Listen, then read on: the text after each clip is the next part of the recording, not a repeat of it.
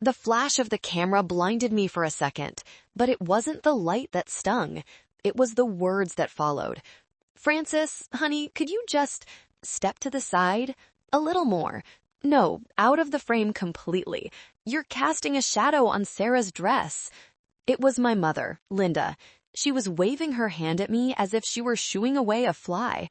I stood there, holding a tray of champagne flutes that I had paid for, in the backyard of the house I paid the rent on, wearing a dress I bought on clearance because I had spent my entire bonus on this party. It was their 35th wedding anniversary. I had organized the catering, hired the band, and even bought the diamond earrings Dad gifted Mom an hour ago. But in the family portrait, I was a shadow, a smudge on the lens. "That's perfect," the photographer chirped, oblivious to the fact that he was photographing a family of 3 while the 4th member stood 5 feet away, clutching a serving tray like hired help. I watched them. My father, Robert, with his arm around my mother's waist, looking the part of the doting husband despite having been unemployed for 6 years. My mother, beaming, her smile tight and practiced. And in the center, the golden couple, my younger sister Sarah and my boyfriend Mark. Yes, my boyfriend. Mark was standing so close to Sarah that their shoulders were touching. His hand was resting casually on the small of her back. Too casually. It was a gesture of intimacy that made my stomach churn, a cold, hard knot forming right beneath my ribs. I tried to tell myself I was being paranoid. Mark was just being part of the family. He knew how important this day was to me. He knew how much I wanted my parents to finally approve of him, of us. "You're overthinking it, Francis," I whispered to myself, turning away to place the tray on a side table. They just want a picture with their favorite daughter. That was the truth, wasn't it? Sarah was the vibrant one, the beautiful one, the one who needed protecting.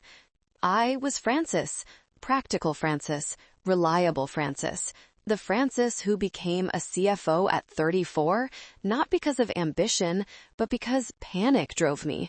The panic of knowing that if I didn't make enough money, this entire house of cards, my parents' lifestyle, Sarah's endless gap years, the debts, would collapse. I was the foundation, but nobody takes pictures of the foundation. They take pictures of the facade. I walked toward the kitchen to check on the appetizers. As I passed guests, my parents' friends from the church, neighbors, distant cousins, I felt like a ghost drifting through a living world. They nodded at me, empty smiles plastered on their faces, holding out their empty glasses for refills. They didn't see me. They saw the utility I provided. "Francis, the ice is low," Aunt Carol barked without looking me in the eye. "On it," I said. My voice sounded thin, barely audible over the jazz band I was paying $200 an hour for. Inside the kitchen, the noise of the party faded into a dull roar. I leaned against the cold granite counter, another renovation I had funded last year, and closed my eyes. I was exhausted. Not just physical tiredness, but a deep, marrow-level weariness. I had been carrying them for 10 years, ever since Dad's bad luck started, ever since Mom's nerves prevented her from working. I paid the mortgage, I paid the car leases, I paid for Sarah's 3 failed attempts at college. And what did I get? Ghost. That's what Sarah had called me last week. She thought I couldn't hear her. She was on the phone with a friend, laughing. "Oh, Francis, she's like a ghost in the house. She leaves early, comes home late, and money just appears in the account. It's haunting, really, but convenient." I opened my eyes and stared at my reflection in the oven door. I looked washed out. My hair was pulled back in a severe bun, my makeup minimal. I looked like exactly what I was, the bank manager of my family's life. Mark walked in then. He looked handsome in the navy suit I had bought him for his birthday. He startled when he saw me, a flicker of something, guilt, annoyance, crossing his face before he smoothed it into a smile. "Hey, babe," he said, grabbing a beer from the fridge. "Great party. Your parents are having a blast." "Are they?" I asked, searching his eyes for something warm. "I feel like I haven't spoken to you all night. You've been with Sarah a lot." Mark sighed, the sound sharp and dismissive. "Don't start, Fran. She's anxious. She's going through a hard time with that breakup. I'm just being supportive. You know, what family does." "I'm family too," I said quietly. "Of course you are," he said, popping the cap off the beer. He didn't step closer to kiss me. He didn't touch my arm. He stood by the fridge, keeping his distance. "But you're strong. You don't need hand-holding. Sarah is fragile." "Fragile," I repeated. It was the magic word. Sarah was fragile glass. I was reinforced concrete. You don't hug concrete. You walk on it. "I'm going back out," Mark said, already turning away. "Your dad wants to make a toast." He left me alone in the kitchen again. I stood there for a moment, the hum of the refrigerator filling the silence. A terrible feeling was rising in my throat, a premonition I couldn't shake. I needed to breathe. I needed to get away from the noise, the demands, the ice buckets. I decided to slip out to the garage to grab a bottle of the vintage wine I had saved for the private family toast later. Maybe a glass of expensive Cabernet would numb the sting of being erased from my own life. I walked down the hallway, the laughter from the backyard sounding miles away. I opened the door to the garage, stepping into the cool, dim space. I stopped. The motion sensor light flickered on, flooding the concrete floor with harsh white light. And there, pressed against the hood of my father's sedan, the car I paid for, were two figures. They weren't just talking. They were tangled together, a mess of navy suit and silk dress. Mark and Sarah. They froze. Sarah's hands were in Mark's hair. Mark's lips were swollen, smeared with Sarah's pink lipstick. For a second, the world didn't spin. It stopped, completely. The sound of the jazz band vanished. The beating of my own heart vanished. I was looking at them, but my brain refused to process the data. It was a glitch, an error. Then Mark pushed Sarah away, stumbling back, wiping his mouth. Sarah didn't look ashamed. She looked annoyed. She smoothed her dress, looked me dead in the eye, and didn't say a word. "Are you serious?" The voice came out of me, but it sounded like a stranger's. Low, guttural. The door behind me opened. My mother, Linda, stepped into the garage. She must have followed me. She looked at Mark, then at Sarah, then at me. She didn't scream. She didn't gasp. She didn't slap Mark. She closed the door behind her, leaned against it, and put a finger to her lips. "Shh," she hissed. "Keep your voice down, Francis. The neighbors will hear." "The neighbors?" I repeated.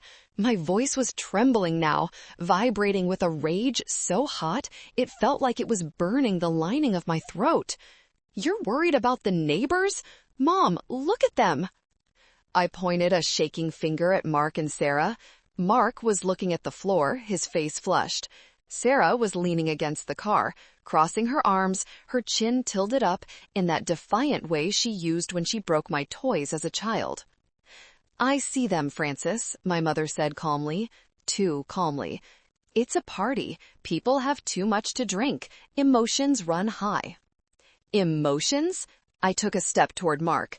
"Mark, tell me this is a joke. Tell me you're drunk and you fell. Tell me anything." Mark finally looked up. His eyes were cold. The warmth, the charm, the babe, it was all gone. "It's not a joke, Fran, and I'm not drunk." "We're in love," Sarah chimed in. Her voice was light, airy, as if she were announcing she bought a new pair of shoes. "We didn't mean for it to happen. It just did. We have a connection, a soul connection." "A soul connection?" I laughed, a harsh, jagged sound.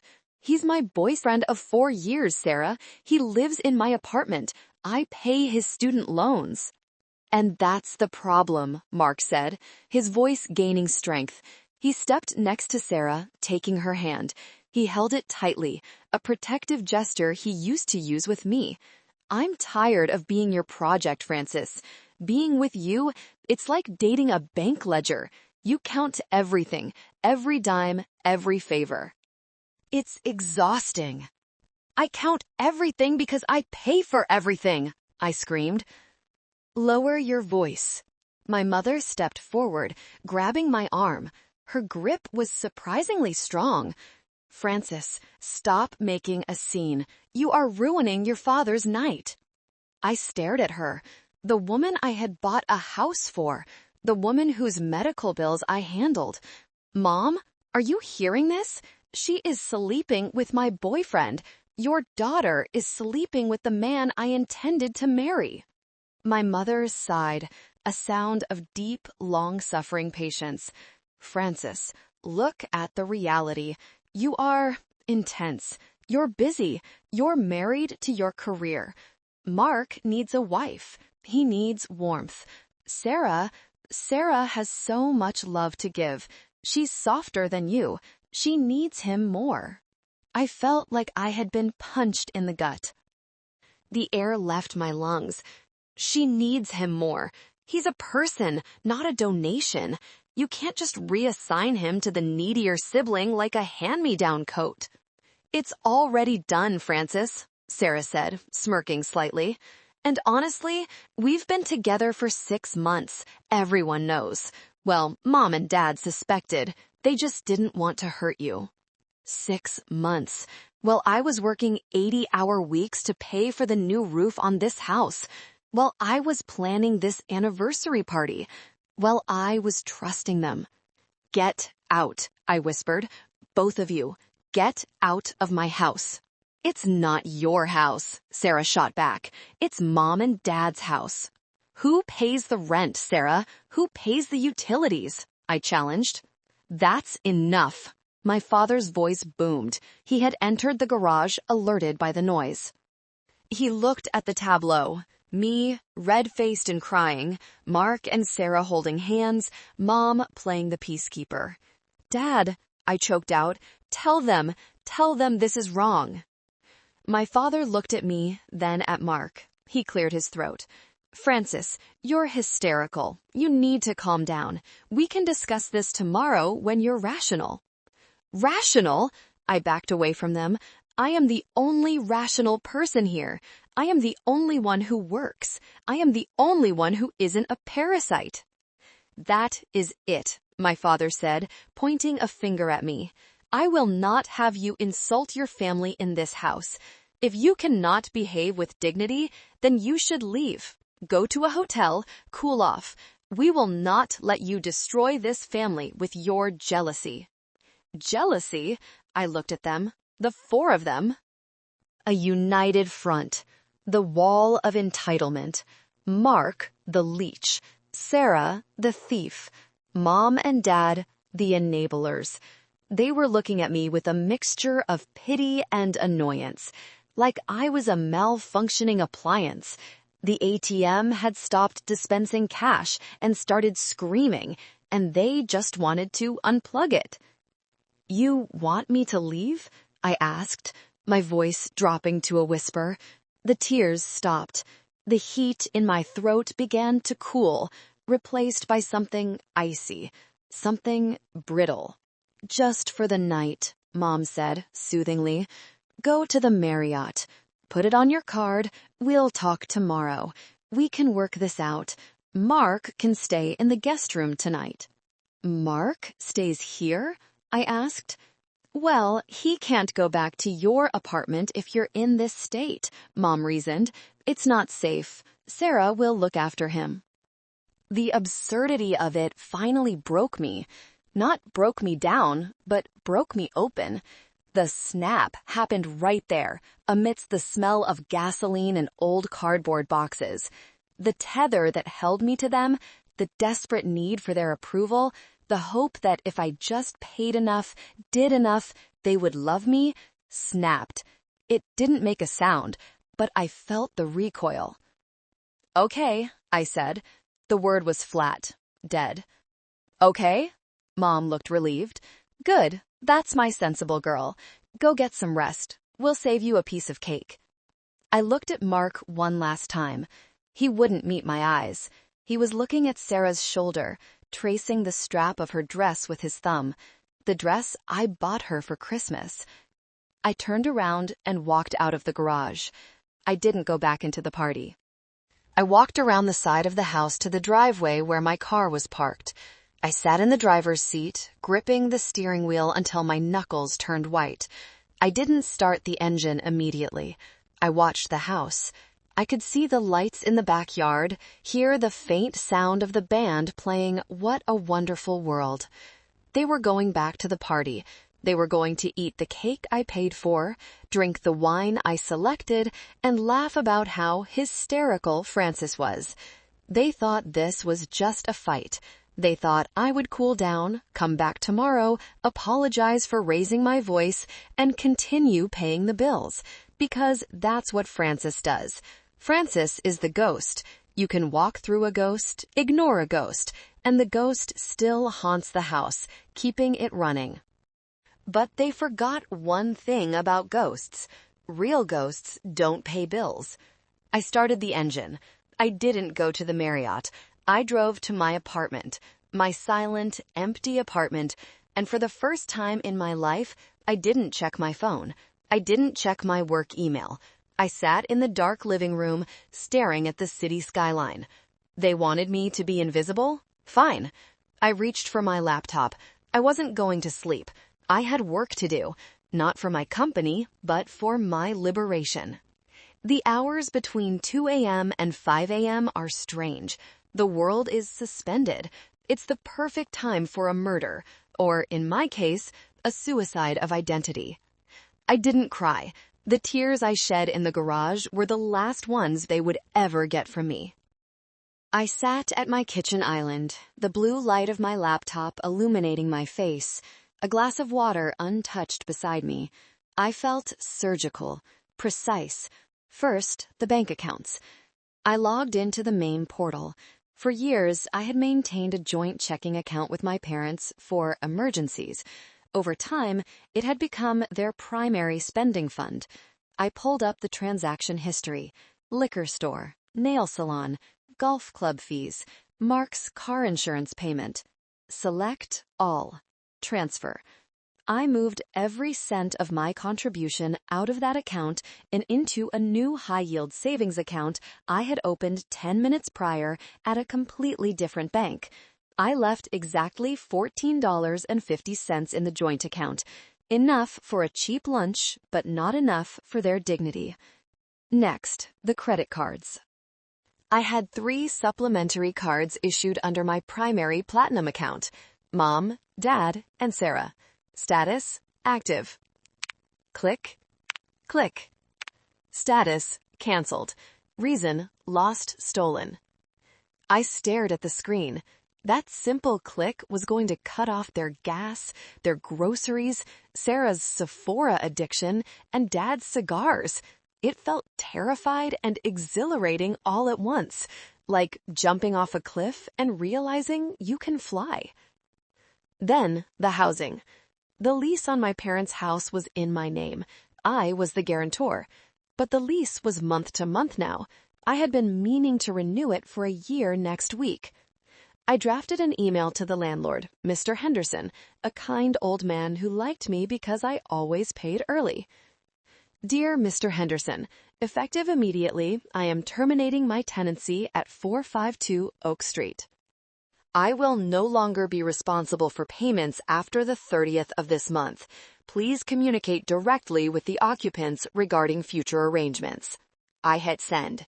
Finally, Mark. I logged into the portal for his car loan. I had co-signed, but the payments were auto-drafted from my account. I canceled the auto-draft. I removed my bank details. Let the repo man come. By the time the sun began to bleed gray light into the sky, I have dismantled the financial infrastructure of my family. It took them 30 years to build their entitlement. It took me 3 hours to demolish it. I stood up and walked to my bedroom. I pulled 2 large suitcases from the closet. I didn't pack everything. I didn't want everything. I packed my clothes, my jewelry, my diplomas, and my hard drives, the black box of my life, containing tax returns, loan agreements, and every receipt I had ever saved. I left the furniture. I left the TV. I left the pictures of us on the walls. I called a moving company that specialized in emergency relocation. They would come later to put the rest in storage, but for now, I needed to be gone physically. I wrote a note, just one, not a letter. A letter implies a conversation. This was a statement. I grabbed a piece of sticky note paper, bright yellow, cheerful. I wrote, "You said I was a ghost. You said I was invisible. You were right. Ghosts don't pay rent. Ghosts don't have boyfriends. Good luck living in the real world. F." I stuck the note on the refrigerator door of my apartment, knowing Mark would come here eventually to get his things, or to beg, or to yell. At 7 a.m., my phone buzzed. It was a text from Mom. "Hope you slept well. Dad is still upset. Don't come over today. Just transfer the rent money. It's due tomorrow. We can talk next week." I stared at the message. Just transfer the money? Not, "Are you okay?" Not, "We love you." Just the transaction. I blocked the number. Then I blocked Dad. Then Sarah. Then Mark. I walked out of my apartment building, rolling my 2 suitcases behind me. The morning air was crisp. I hailed a cab to the airport. I wasn't leaving the country, just the city. I had requested a transfer to our Chicago branch months ago, a soft offer my boss had made that I turned down because I couldn't leave my family. I dialed my boss, Sterling. It was early, but he was an early riser. "Francis?" he answered, surprised. "Is the Chicago position still open?" I asked. "Yes, but you said you had family obligations." "I don't," I said, looking out the window as the familiar streets blurred past. "I have no obligations. I can start Monday." The airport terminal was busy, people hugging, crying, saying goodbye. I moved through them like a phantom. I felt lighter, physically lighter. The weight of 4 grown adults had been lifted off my shoulders. As I sat at the gate, waiting to board, I imagined what was happening back home. They were waking up. Mom was making coffee. Sarah and Mark were probably giggling over breakfast, thinking they had won, thinking they had successfully pushed me out of the picture while keeping the frame. They didn't know yet. They didn't know the credit card declined at the grocery store.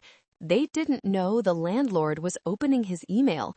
They didn't know the power company had just processed my disconnect request for the end of the billing cycle. I wasn't just leaving. I was taking the oxygen with me. "Flight 492 to Chicago, now boarding Group A," the announcer called. I stood up, smoothed my skirt, and walked toward the jet bridge. I didn't look back. The ghost was vanishing, and the haunting was about to begin. I didn't witness the immediate fallout with my own eyes. I didn't need to. I knew the variables, I knew the players, and I knew the math. When you remove the denominator from a fraction, the equation becomes undefined. It becomes chaos. However, Maggie, my best friend and attorney who stayed behind in the city, filled me in later. She became my eyes and ears, watching the train wreck from a safe distance. It started at 11 a.m. that Sunday, the day after the party. According to Maggie, Sarah went to brunch with Mark. They went to Le Jardin, the expensive French bistro I used to take them to for special occasions. They ordered mimosas, lobster benedict, and celebrated their bravery for standing up to me. When the bill came, $180, Mark threw down the supplementary platinum card with my name on it. He smiled at the waiter. Declined. "Try it again," Mark insisted, laughing nervously. "It's a high-limit card. Francis probably tripped a fraud alert or something." They had to call Mom. Mom had to drive down there in her pajamas to pay. She used her card. Maggie told me the scene was legendary. My father had to drive over with cash he had stashed in a cigar box, his emergency poker fund. It was the first time in 10 years Robert had paid for a meal. By Monday, the panic had set in. I was already in Chicago, settling into a corporate apartment with a view of the lake, when my blocked folder on my phone began to fill up. I didn't read the messages, but I saw the volume. Mom, 14 messages.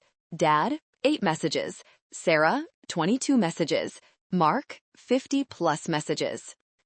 Mark had gone to my apartment. His key didn't work. I had the locks changed by the management company before I left. He couldn't get his clothes, he couldn't get his PlayStation. He was locked out of the life he thought he had secured. Then came the landlord. Mr. Henderson called my parents on Tuesday. "Francis has terminated the lease," he told them. "I need to know if you intend to sign a new lease in your own names. The security deposit she left covers this month, but starting the 1st, I need a credit check and last month's rent from you." My parents didn't have credit. Their credit score was a myth, something they hadn't thought about since the 90s. Maggie told me that by Wednesday, the narrative had shifted. They stopped trying to find me to get money and started trying to find me to save face. They told the neighbors I had a mental breakdown. "Poor Frances," my mother told Mrs. Higgins next door, who immediately called Maggie. "She just snapped. Jealousy drove her crazy. She ran off with some man she met online. We're so worried. She left us with nothing, just abandoned her family in our time of need." They played the victim card beautifully, but victims need an audience, and eventually, the audience stops clapping when the lights go out. Literally. 3 weeks later, the power went out at the Oak Street house. I had paid the final bill, but I hadn't transferred the service. They forgot to set up a new account. Sarah posted on Facebook, a long, rambling status update sent from her phone data. So cruel. My own sister cut off electricity to her elderly parents just to be spiteful. How can someone be so heartless? We are freezing. Karma will get you, Francis. I read while sipping a glass of wine in my warm, well-lit Chicago apartment. I zoomed in on the photo she posted. It was a selfie of her crying in the dark. I felt nothing. No guilt, no urge to call the power company and fix it. I just scrolled past. Mark's car was repossessed a month later. He had tried to hide it in my parents' garage, but the repo men were professionals. They dragged it out of the driveway while the neighbors watched. Without a car, Mark lost his job, a sales gig I had gotten him. Without a job, he couldn't help pay the new rent Mr. Henderson was demanding. The golden couple was tarnished. The honeymoon phase of their illicit affair ended the moment the subsidy ended. Stress is the ultimate romance killer. Maggie said she saw them arguing in the grocery store parking lot. Sarah was screaming that Mark was useless. Mark was screaming that Sarah was a spoiled brat. It was music to my ears, but I stayed silent. I didn't reply to the emails. I didn't answer the unknown numbers. I became exactly what they said I was, a ghost. I focused on my work. I channeled all that energy I used to spend managing their crises into managing my company's mergers. I was promoted within 6 months. My salary doubled. I started working out. I cut my hair into a sharp, chic bob. I bought clothes that fit me, not the clearance rack. I was rebuilding myself from the ground up, using the bricks they had thrown at me. But ghosts don't stay away forever. Deep down, I knew this wasn't over. They were survivors. Like cockroaches, they would find a way to scurry into the dark and survive. And I was right. The silence lasted for nearly 3 years. I thought they had given up. I thought they had moved on to a new host, a new victim. Then the invitation came, not in the mail. But in the form of a report from a private investigator, I had cupped on a low retainer. Just to keep tabs on potential identity theft, I wouldn't put it past my mother to open credit cards in my name. Subject: status update, wedding announcement. Attachment: photos. I opened the file. There was a picture of Mark and Sarah. They looked rich. They were standing in front of a new car, not a used sedan, a brand new Mercedes. Sarah was wearing a massive diamond ring. Mom and Dad were in the background, dressed in designer clothes, looking healthier and wealthier than I had ever seen them. How? Mark was unemployed. Sarah had never held a job. Dad was broke. Where did the money come from? I scrolled down to the PI's notes. Subject: Mark and Sarah have announced a wedding date. Lavish venue booked at the Grand Estate. Estimated cost $80,000. Source of funds unclear. No lottery wins, no employment records, but substantial cash flow into Linda's account starting 6 months ago. My stomach dropped, not from jealousy, but from suspicion. My mother didn't work. She didn't have rich relatives, except me. If she had money, dirty money, she had stolen it. I picked up my phone. I dialed Mighty. "Pack your bags," I said. "Francis?" Maggie sounded sleepy. "What's wrong?" "They're getting married," I said, staring at the photo of Sarah's smug face. "And they're spending money they shouldn't have. I'm going back." "You're going to the wedding?" "No," I said, standing up and walking to the window, looking at my reflection against the night sky. "I'm going to the funeral. Theirs." The drive back to my hometown felt like time travel, but with better upholstery. 3 years ago, I had left in a rattling taxi. Today, I was returning in a Porsche 911 Turbo S, jet black, tan leather interior. It was a beast of a machine, a symbol of everything I had achieved since I stopped dragging the dead weight of my family behind me.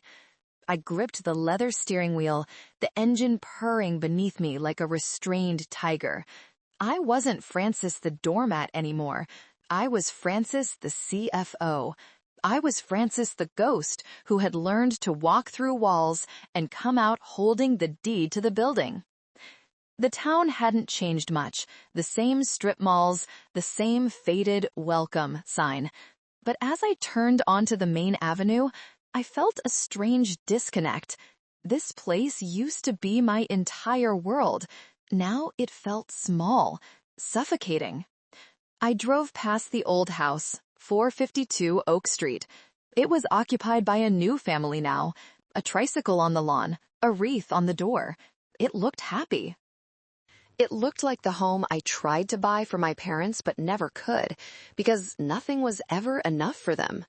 According to Vance, my PI, my family had moved into a duplex on the east side of town, the transitional neighborhood, after being evicted from Oak Street. But recently, things had changed. Vance said they were looking at buying a lake house. A lake house? With what money? I parked the Porsche in front of the local coffee shop, Bean and Leaf. It was the hub of gossip in this town. If you wanted to be seen, you went here. I wanted to be seen. I stepped out of the car. I was wearing a tailored cream blazer, dark denim, and heels that clicked with authority on the pavement. I put on my sunglasses. Heads turned. In a town of pickup trucks and minivans, a black Porsche stands out like a spaceship. I saw people whispering. I saw phones coming out. Is that? No, it can't be. Is that Francis? I ignored them and walked inside. I ordered a black coffee. As I waited, I scanned the room. And then I saw her. Mrs. Higgins, the neighbor who had called me crazy 3 years ago. She was sitting in the corner with her knitting circle. Her jaw was practically on the table. I walked over, lowering my sunglasses. "Hello, Mrs. Higgins," I said, flashing a bright, predatory smile. "You look exactly the same." "Francis?" she stammered. "We thought Your mother said you were struggling in the city. She said you were in rehab. Rehab? I laughed. It was a rich, genuine laugh. I'm the CFO of a tech merger firm in Chicago, Mrs. Higgins. I'm afraid my mother has a vivid imagination. I gestured vaguely toward the window where my Porsche was gleaming in the sunlight. But I'm doing quite well, thanks for your concern. I left her sputtering and walked out with my coffee. The seed was planted. The gossip would reach my mother within the hour. I got back in the car and drove to the address Vance had given me. It wasn't the duplex. Apparently, they had moved again 2 weeks ago to a luxury condo complex downtown. I parked across the street and watched. 10 minutes later, I saw them. Mark and Sarah came out of the building. They were loaded down with shopping bags. Gucci, Nordstrom. Mark was wearing a watch that caught the sun. A Rolex? Sarah was laughing, throwing her head back. They looked happy. They looked rich. And it made my blood boil. Not because they were happy, but because I knew with mathematical certainty that they hadn't earned a dime of it. Then my mother walked out. She looked different. She had had work done. Botox, maybe a facelift. She was wearing a coat that I knew cost at least $2,000. They piled into a brand new white SUV. I followed them. They didn't go to work. They went to a bridal salon, then a jeweler, then a high-end lunch spot.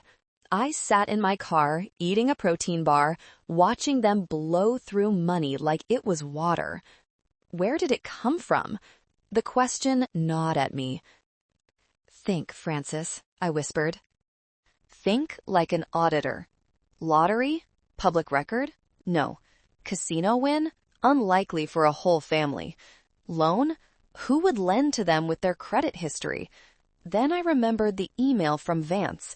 Substantial cash flow into Linda's account starting 6 months ago. 6 months ago. What happened 6 months ago? My phone rang. It was Vance. Francis. His gravelly voice filled the car.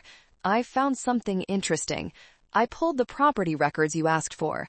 The condo they're renting, they put down a huge security deposit, cash. Okay, I said, but where did the cash come from? I'm still digging into the bank records. It's tricky, but I found a weird hit on a database search for your name. My name? Yeah. A Francis Miller was listed in a localized obituary notice in a county gazette 3 hours north of here, dated 6 months ago. I froze.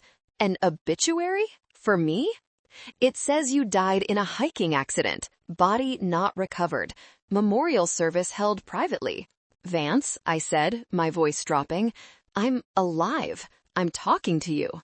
I know that, but does the Life Insurance Company of America know that? The pieces clicked into place. The sound was like a heavy vault door slamming shut. My life insurance. Years ago, when I started my first corporate job, I took out a massive policy, $2 million. The beneficiary was my mother. I had meant to change it after the snap, but in the chaos of moving and changing jobs, I forgot. I had canceled the auto payments, but the policy had a grace period, or maybe I had paid the annual premium right before I left? No. If they claimed I was dead? If they falsified a death certificate? Vance, I said, they cashed me out. I'm worth more to them dead than alive. It looks that way, Vance said. If they pulled this off, it's big-time fraud, Francis. Federal prison time. I looked through the windshield at the restaurant where my family was eating lobster on my grave. They turned me into a ghost, literally. They killed me on paper so they could live off the corpse of my earnings one last time. A cold smile spread across my face. It wasn't a nice smile. It was the smile of a wolf realizing the sheep have trapped themselves in the pen. Vance, I said, don't report it yet. I need proof. Concrete proof. I need to see the paperwork. How are you going to do that? I'm going to accept an invitation, I said. They think I'm dead? Well, it's time for a haunting. I started the Porsche. The engine roared. I wasn't just going to expose them. I was going to destroy them. I pulled out into traffic, heading straight for the restaurant. It was time for a family reunion. I timed it perfectly. I waited until they were walking out of the restaurant, flushed with wine and self-satisfaction. I pulled the Porsche right up to the valet stand, blocking their path to their white SUV. I stepped out. The reaction was cinematic. Sarah dropped her shopping bag. Mark turned pale, looking like he'd seen, well, a ghost. My mother, Linda, actually grabbed her chest, her eyes bulging. "Francis?" she whispered. I took off my sunglasses. "Hello, Mom, Sarah, Mark." I looked at them, letting my gaze linger on the Rolex, the Gucci bags, the Botox. "You all look prosperous." You're, Mom stammered. She looked terrified, not surprised, terrified, like she was waiting for the police to jump out from behind me. "I'm what?" I stepped closer. "Alive?" Mom recovered first. She was a master manipulator after all. Her brain rebooted, calculating the odds. If I was here, did I know, or was I just visiting? She forced a smile. It was grotesque. We missed you so much. We heard you were, well, we didn't know where you were." She rushed forward to hug me. I didn't hug back. I stood stiff as a board. She smelled of expensive perfume and fear. "Oh, Francis." She pulled back, her eyes darting to the Porsche. Is this yours?" "Paid in full," I said smoothly. "Chicago treats me well." Sarah stepped forward, recovering her bratty composure. "We thought you were gone for good. Why are you back?" "Sarah," Mom hissed, "be nice to your sister." "It's okay," I said, looking at Sarah. "I heard about the wedding. Congratulations." Mark flinched. "How did you hear?" "Small town," I lied. "I was in the area for business. Thought I'd stop by." I watched them closely. They were exchanging glances. The panic glance. Does she know about the insurance money? Does she know she's supposed to be dead? If I knew, they were done. If I didn't know, then I was just a rich sister who might give them more money. Greed won. It always wins with them. "Well," Mom said, linking her arm through mine, "it's fate. Absolute fate. Francis, we were just talking about you. We felt so bad about how things ended." "Did you?" I asked. "Terrible," Sarah lied, seeing Mom's cue. "We were young, stupid. Mark and we want you to be part of our lives again." "Especially now," Mark added, eyeing the car. "We're getting married in 2 weeks, at the Grand Estate." "The Grand Estate?" I raised an eyebrow. "That's pricey. You guys must be doing well." "Oh, an inheritance," Mom blurted out, "from, your great-aunt Mildred. You remember her? She passed away and left everything to Sarah." "Aunt Mildred died 10 years ago, Mom," I said calmly. "No, the other Aunt Mildred," Mom corrected quickly. "On your father's side. Very distant." "I see," I said. "Well, that's lucky." "You have to come to the wedding," Sarah said, her eyes gleaming. "It's going to be the event of the year. And, well, since you're doing so well, maybe you'd want to contribute as a peace offering?" There it was, the audacity. They steal my boyfriend, fake my death, and then ask for a donation? I smiled. "I'd love to come. And yes, Sarah, I'd love to give you a gift, something memorable." "Really?" Sarah squealed. "Really," I said. "In fact, why don't I come over to the new condo tonight? We can catch up. I want to hear all about this inheritance." Mom paled. "The condo? Ugh, it's a mess. Boxes everywhere." "I don't mind," I said. "We're family, right?" They couldn't say no. Not with the Porsche sitting there. Not with the possibility of my checkbook opening up. Okay, Mom said nervously. Dinner at 7. I watched them drive away. I got back in my car and called Vance. They took the bait, I said. I'm going into the lion's den tonight. Be careful, Francis, Vance warned. If they faked your death, they're desperate. Don't let them know you know. I won't, I said. I'm going to play the role they wrote for me. The clueless, desperate for love ATM, until the check bounces. That night, dinner was surreal. The condo was lavish, top-of-the-line appliances, massive TVs. They served takeout on china plates. I played my part perfectly. I complimented Sarah's ring. I congratulated Mark on his investment ventures, unemployment. I told Mom she looked younger. So, I said, sipping wine, this inheritance, Aunt Mildred, did she leave a will? Oh, yes, Dad said, speaking for the first time. He looked nervous, sweating through his shirt. Very standard, cash only. Nice, I said. I'm happy for you guys, really. I reached into my bag and pulled out my checkbook. The room went silent. All 4 pairs of eyes locked onto my hand. I know I missed a lot, I said, my voice trembling slightly. Fake emotion is a useful tool. And I know I was difficult before I left. I want to make it up to you. I want to pay for the honeymoon. Sarah gasped. Seriously? We want to go to the Maldives? Done, I said.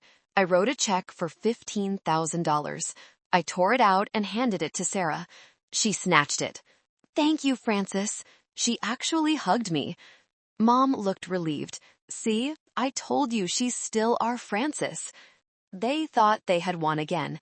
They thought they had the dead girl's insurance money and the live girl's salary. But they didn't look closely at the check. I hadn't signed it, and it was drawn on the account I closed 3 years ago. Oh, one more thing, I said, standing up.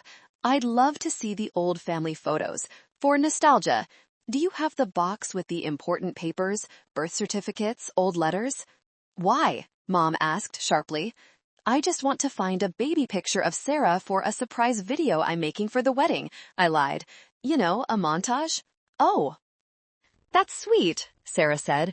Mom, let her look. It's in the safe in the study. Mom hesitated. I'll get it.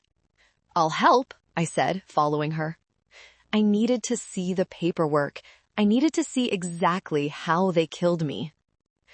The study was surprisingly organized, a stark contrast to the chaotic mess my father usually maintained, but criminals, I suppose, have to be organized. Mom opened the safe. I stood in the doorway, my heart hammering against my ribs. I had to be quick.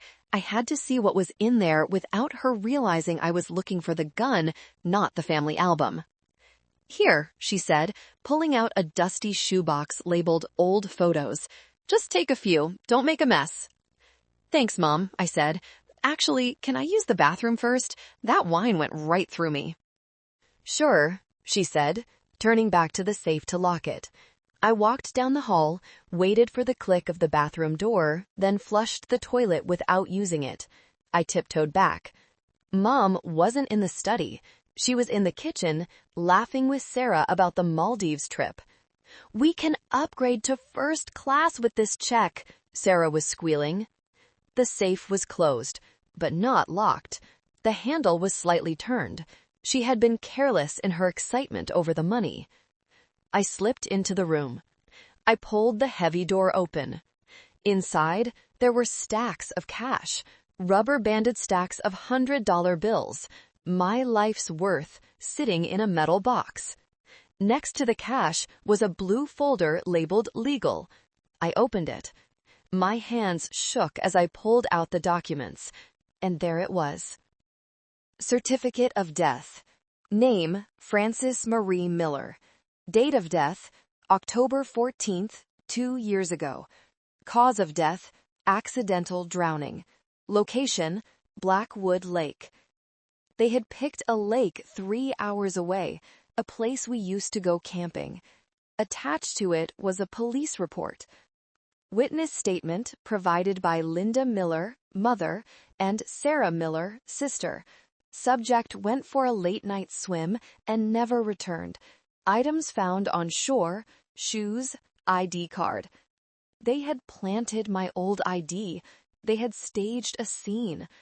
And then the payout letter from Prudential Life Insurance. Claim approved. Amount $2 million. Beneficiary Linda Miller. I felt like I was going to vomit. They didn't just lie. They staged a drowning.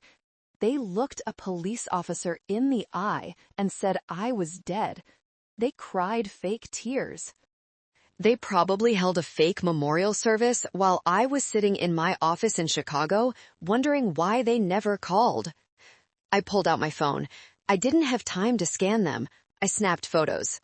Click. Death certificate. Click. Police report. Click. Insurance check stub. Francis? Mom's voice from the hallway.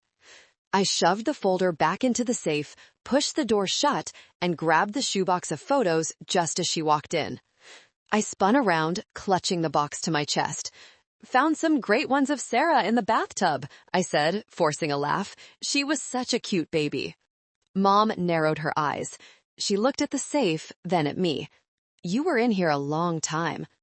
Just looking through the box, I said. So many memories. Right, she said slowly. Well, come have dessert. Sarah wants to show you the wedding venue brochure. I walked out of that room with the evidence in my phone and a fire in my soul. I sat through dessert, I ate the cheesecake, I smiled at the brochure. Inside, I was screaming. Later that night, back in my hotel room, I sent the photos to Vance and Maggie. Maggie called me immediately. Francis, she said, her voice serious, this is a felony, multiple felonies, insurance fraud, filing a false police report, perjury. If we go to the police, they will be arrested immediately. No, I said. I was pacing the room, staring at the lights of the town below. Not yet. Why? You have the smoking gun. If I arrest them now, it's just a news story, I said. They'll spin it. They'll say they made a mistake or that I disappeared and they thought I was dead. They'll play the confused elderly parents card. So what do you want to do? I want to do what they did to me, I said. They humiliated me publicly. They erased me. I want to erase them. I want to do it when they are at their highest point, when they think they've won everything. The wedding, Maggie realized. The wedding, I confirmed. I'm going to let them spend that money. I'm going to let them walk down the aisle. I'm going to let them think the ghost is finally gone. And then I'm going to show everyone that the ghost is the only real thing in the room. I had a plan. I needed Mr. Henderson, the old lawyer who handled the original family trust before they looted it. I needed the insurance investigator, and I needed the police. Maggie, can you get in touch with the fraud department at Prudential? Tell them we have a live claimant. On it, Maggie said. But Francis, are you sure you can handle this, being around them for 2 weeks? I handled them for 30 years, Maggie, I said. 2 weeks is a vacation. The next 2 weeks were a masterclass in deception. I deserved an Oscar. I became the perfect sister. I went to the fittings. I nodded when Sarah complained that the $5,000 lace on her dress was too scratchy. I smiled when Mark bragged about the business opportunities he was exploring with his new capital, my death money. I paid for the bridesmaid luncheon. I paid for the extra flowers. Every time I swiped my card, I thought, add it to the restitution bill. But the hardest part wasn't the money. It was the callousness. One afternoon, we were at the florist. Sarah was choosing centerpieces. I want white lilies, she said. Lilies are for funerals, honey, Mom said. Well, they're pretty, Sarah shrugged. Besides, we can afford them now, thanks to, she giggled, thanks to Aunt Mildred. They had turned my death into an inside joke. Speaking of Aunt Mildred, Mark said, leaning back in his chair, it's a shame she couldn't be here, but hey, she's here in spirit, right? Paying for the open bar. I was sitting right there. They were joking about spending my life insurance money to my face, thinking I was too stupid to understand. I gripped my pen so hard it snapped. Ink leaked onto my fingers. Oh no, I said, staring at the black stain. I made a mess. Here, Mom handed me a tissue. You're always so clumsy, Francis. Just like, well, never mind. Just like when you were alive? Was that what she wanted to say? I wiped the ink. I'll go wash up. I went to the bathroom and looked in the mirror. My eyes were cold, dead cold. Enjoy it, I whispered to my reflection. Enjoy the lilies. You'll be seeing a lot of them soon. I met with Vance in secret that night. We're set, he told me. I spoke to Detective Miller, no relation. He's interested, especially since your death case is still technically open as a missing person in that county. When I showed him the photo of you standing next to your grieving mother, let's just say he's not happy. Is he coming to the wedding? He'll be there, with a warrant, and the insurance fraud investigator. Good, I said. Tell them to wait. I want them to wait until the speeches. I want the room to be full. I want the cameras rolling. The day before the wedding, I went to the rehearsal dinner. It was at a fancy steakhouse. Mark stood up to make a toast. To family, he said, raising his glass. To the people who stick by you, and to those who couldn't make it. We miss them, but we know they'd want us to be happy. He looked at Mom. Mom wiped a fake tear. I raised my glass. To the missing, I said clearly. May they be found. Mark looked at me, a flicker of unease in his eyes. But he drank. They all drank. On the morning of the wedding, I woke up calm. I put on a black dress. Black? Mom asked when she saw me in the bridal suite. Francis, you can't wear black to a wedding. It's bad luck. It's elegant, Mom, I said. Besides, it fits the mood. What mood? The mood of transition, I said vaguely. Sarah looked stunning in her dress, the dress bought with my blood money. Do I look rich? She asked, twirling. You look expensive, I corrected. There's a difference. Whatever, she said. Just make sure you have that honeymoon check ready. The travel agent needs the deposit tomorrow. Oh, don't worry, I said, touching my clutch where the USB drive was hidden. I have everything I need right here. The ceremony was nauseating. They exchanged vows about honesty and loyalty. I sat in the front row, dry-eyed. Mr. Henderson, the lawyer, sat 3 rows back. I had invited him. He gave me a subtle nod. Detective Miller was in the back, dressed as a waiter. We moved to the reception hall. It was grand. Crystal chandeliers, champagne towers. The DJ announced the couple. Mr. and Mrs. Mark Davis. Applause, cheering. I watched them dance their first dance. They looked like royalty. They had no idea that the carriage was about to turn back into a pumpkin and the pumpkin was about to explode. The speeches began. My father went first, rambling about how proud he was. Then the best man. Then the DJ took the mic. And now the maid of honor. Or rather, the sister of the bride, Frances, would like to say a few words. I stood up. The room went quiet. I walked to the stage. My heels clicked on the wooden floor. I took the microphone. I looked out at the sea of faces. My parents, my sister, my ex-boyfriend, the people who had treated me like a ghost for 30 years. I signaled the AV guy. He connected my laptop to the projector screen behind me. Hello, everyone, I said. My voice was steady. For those who don't know me, I'm Frances. Sarah's sister, and for a long time, I was a ghost in this family. Mom smiled nervously. She thought this was a metaphor.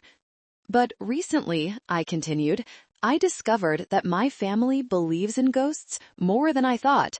In fact, they invested heavily in one. I pressed the button on the clicker. The screen behind me lit up. It wasn't a photo of Sarah as a baby.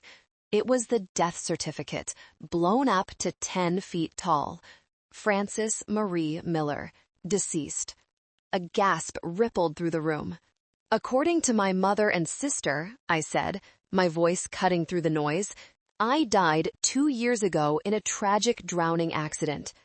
Mark dropped his champagne glass. It shattered. Mom stood up. Frances, what are you doing? I'm giving a toast, Mom. Sit down. I clicked again. The life insurance payout. $2 million. This, I pointed to the screen, is how you paid for this wedding. This is how you bought the condo. You cashed in on my life while I was still living it. The room erupted. That's a lie, Sarah screamed, her face twisting. She's crazy. She's jealous. Am I? I clicked again. The video from the hidden camera in the study, I had planted a small one when I went back for dinner the second time, just to be sure. Audio played over the speakers. We have to spend the cash carefully, Linda, if the IRS sees it. Don't worry, dead men tell no tales, and neither do dead daughters. My mother's voice, clear as day. I looked at them. They were frozen. The blood had drained from their faces. I'm just a ghost, remember? I said into the mic, and I've come back to haunt you. I looked toward the back of the room. Detective, they're all yours. The silence that followed my signal to the detective wasn't empty. It was heavy. It was the kind of silence that has mass and weight, pressing down on every single person in that ballroom. For a heartbeat, the only sound was the hum of the projector fan cooling down the machine that had just displayed my death certificate to 200 guests. Then the dam broke. It started with a murmur, a low wave of sound rolling from the back of the room where the waiters were shedding their serving trays and reaching for their belts. But on the stage, the reaction was visceral. "Turn it off!" Sarah shrieked. Her voice cracked, losing all its bridal elegance. She lunged toward the laptop sitting on the podium, her manicured nails clawing at the screen. "Turn it off! She's lying! It's fake! It's AI!" I didn't move. I didn't have to. I just watched. "It's not AI, Sarah," I said into the microphone, my voice calm, contrasting sharply with her hysteria. And neither is the detective walking toward Mom right now. My mother, Linda, had collapsed back into her chair. She wasn't fainting. She was too calculated for that. She was looking for an exit. Her eyes darted left, then right, scanning the room like a trapped animal. She saw the faces of her friends, her church group, her neighbors, people she had lied to, people she had accepted casseroles and sympathy cards from. Their expressions weren't friendly anymore. They were horrified, disgusted. I saw Mrs. Higgins standing up near the front, her hand over her mouth, looking from the screen to my mother with pure betrayal in her eyes. "You told us she drowned," Mrs. Higgins shouted, her voice cutting through the rising noise. "I baked you a lasagna, Linda. You cried on my shoulder." I can explain," Mom stammered, standing up, her hands trembling. She's confused. She's been having episodes. She faked her own death to frame us." "To frame you?" I asked, stepping closer to the edge of the stage. "Did I also forge your signature on the insurance claim? Did I deposit the $2 million into your offshore account? Or did I buy that condo you're living in?" Mark, realizing the ship was sinking, decided to do what rats do. He tried to abandon it. I didn't know, Mark shouted, holding his hands up as he backed away from Sarah. I swear, they told me she was dead. I'm a victim here too. Sarah whipped her head around, her veil tangling. You liar! You helped Mom shred the notification letters. You picked out the lake. Shut up, Mark roared at his bride. The audience gasped. The fairy tale was dissolving into a nightmare right before their eyes.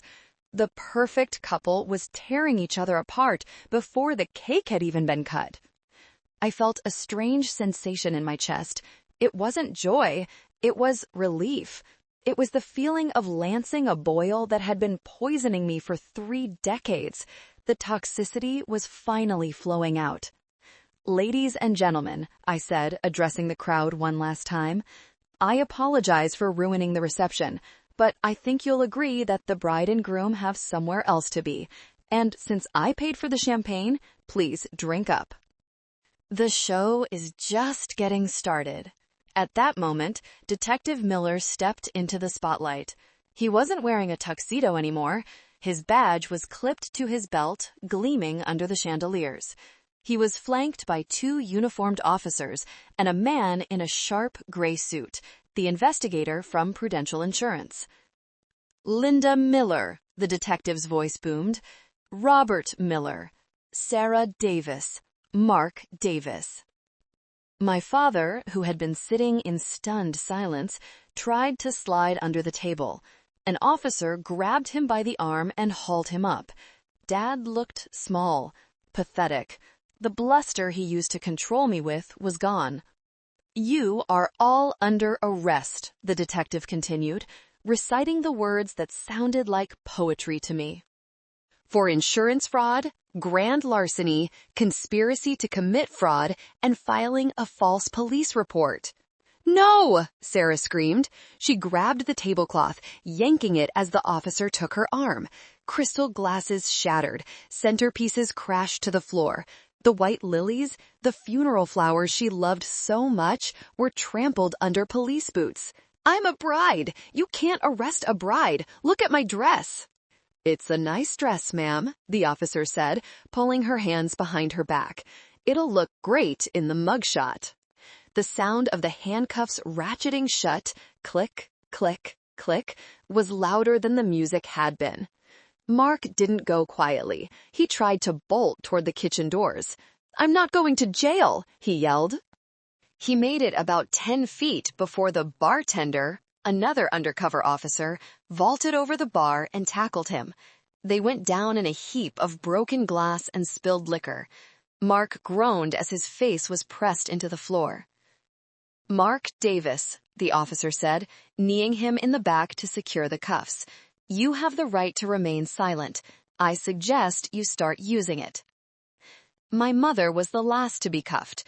She stood there, freezing, looking at me. She wasn't looking at the police. She was looking at me. Her eyes were wet, but not with remorse, with hatred. How could you? She hissed as the detective spun her around. We are your family. We gave you life. And then you took it back for a check, I said, stepping off the stage and walking toward her. The crowd parted for me like the Red Sea.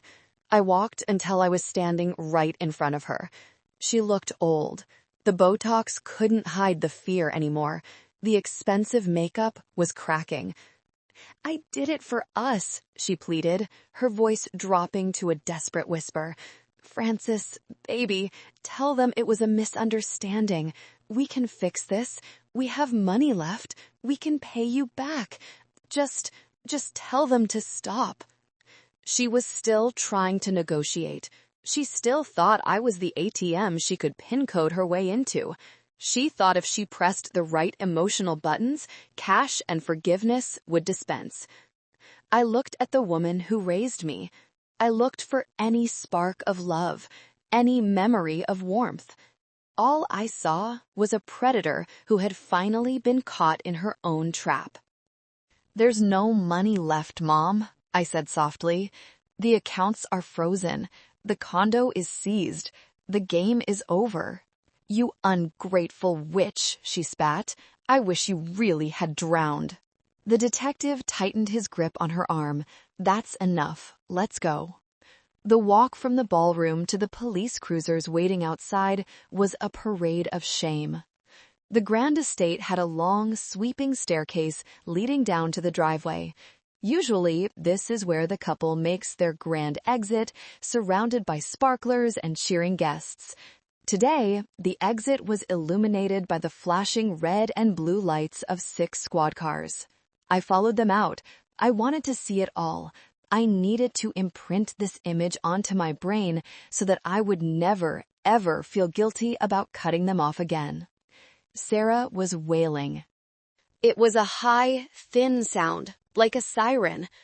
"My honeymoon," she sobbed. "We were going to the Maldives. Francis, you ruined everything." She stumbled in her heels. The officer had to hold her up. Her massive tulle skirt was getting tangled in her legs. She looked ridiculous, a princess in chains. Mark was bleeding from his nose where he had hit the floor. He wasn't looking at anyone. He was staring at the ground, muttering to himself, probably rehearsing the lies he would tell his lawyer, probably figuring out how quickly he could throw Sarah and my mother under the bus to get a reduced sentence. Dad was weeping silently, his shoulders shaking. He looked like a man who had woken up from a dream to find the house burning down. He was the enabler, the silent partner, and now he was paying the price for his cowardice. And then there was Mom. She held her head high, even in handcuffs. She was trying to maintain some shred of dignity, glaring at the paparazzi that had seemingly materialized out of nowhere. I might have tipped off a few local reporters along with the police. I stood by my Porsche. The black paint gleamed under the chaotic lights. It looked like a panther waiting in the shadows. As they led my mother past me toward the back of a cruiser, she stopped. She dug her heels into the gravel. "Francis," she said, her voice was hard. "You think you've won? You'll be alone. You'll always be alone. No one loves a woman who puts her family in prison." It was her final weapon, the fear of loneliness. The fear that had kept me paying her bills for 10 years. I leaned in close. I wanted her to hear this. I wanted it to be the last thing she heard before the heavy door slammed shut. "I'm not alone, Mom," I whispered. "I have my dignity. I have my life back." I paused, letting a small, cold smile touch my lips.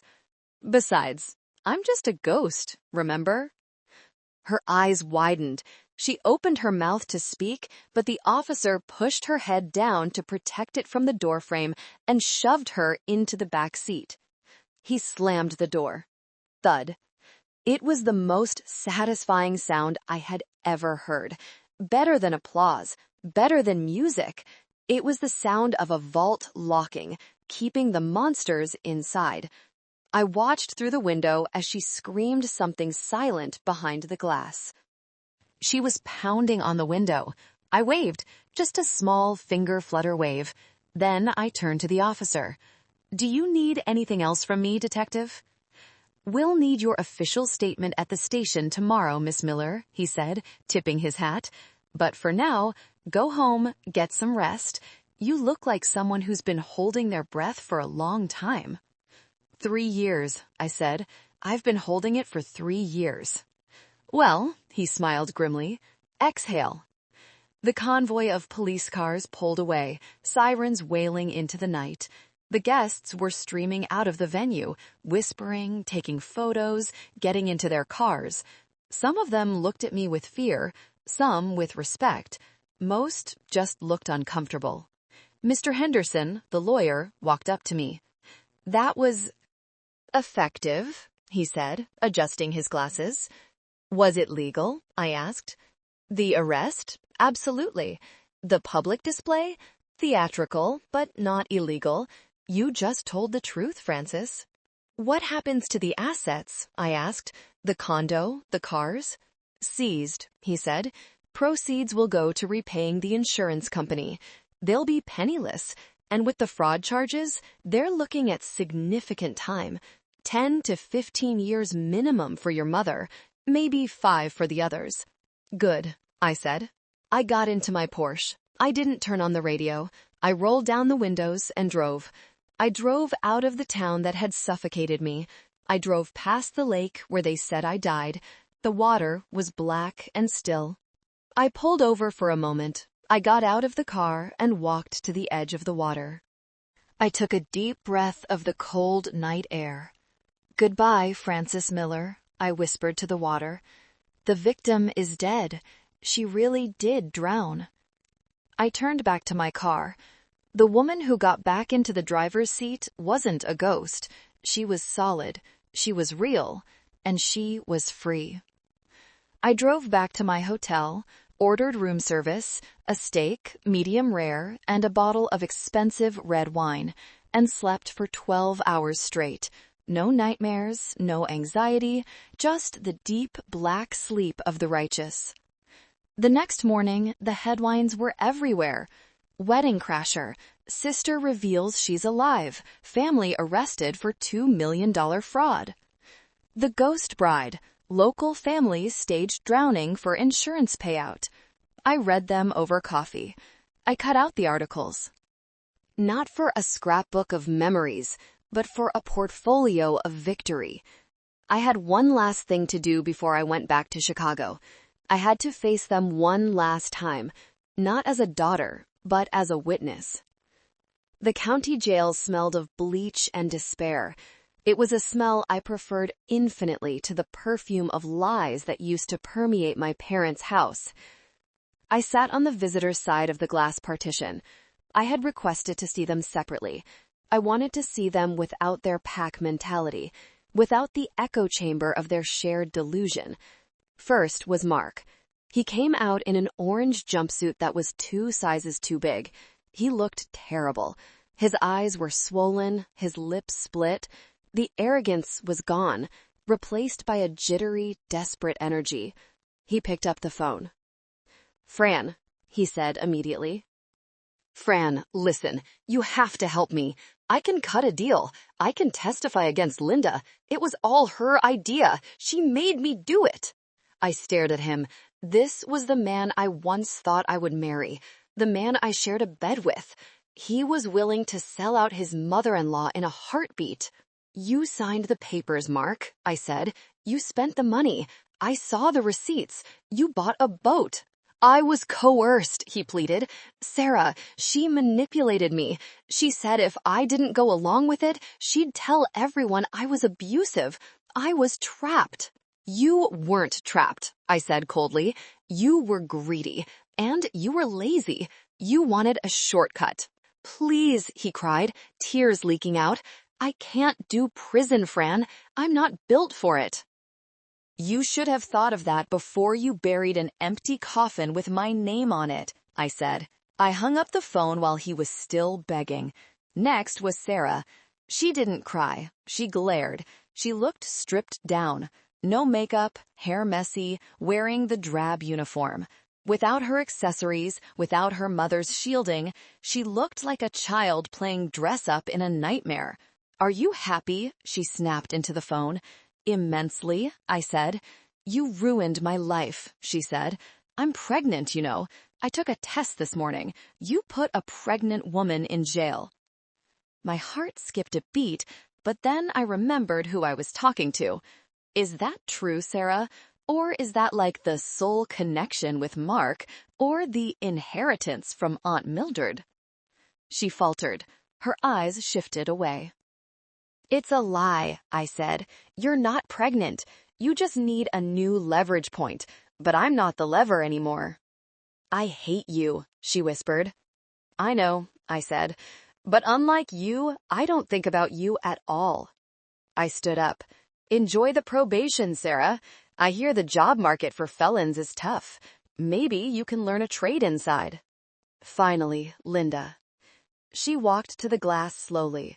She looked 20 years older than she had yesterday. The fight had left her. She sat down heavily. She didn't pick up the phone for a long time. She just looked at me. Finally, she lifted the receiver. "Why did you come?" she asked. Her voice was raspy. "To make sure it was real," I said. "To make sure I wasn't hallucinating." "We were desperate," she said. "After you left, we didn't know how to survive." "You made us dependent on you, Francis. You crippled us with your money, and then you pulled the rug out." I almost laughed. The mental gymnastics required to blame the victim for the abuser's incompetence were Olympic level. "I didn't cripple you, Mom. I carried you, and when I put you down, you refused to walk. You chose to steal instead." "I'm your mother," she said. It was a weak, fading card. "You were my beneficiary," I corrected. "That's all I was to you, a policy number." "What will you do now?" she asked. "With all that money? With your big, empty life?" "My life isn't empty," I said. "It's full of people who don't require payment to love me. And the money? The insurance company got their millions back. But the money I made? My money? I'm using it to make sure people like you can't hurt people like me." "I hope you rot," she said. "I'm blooming, Mom," I said. "You're the one in a cage." I hung up the phone.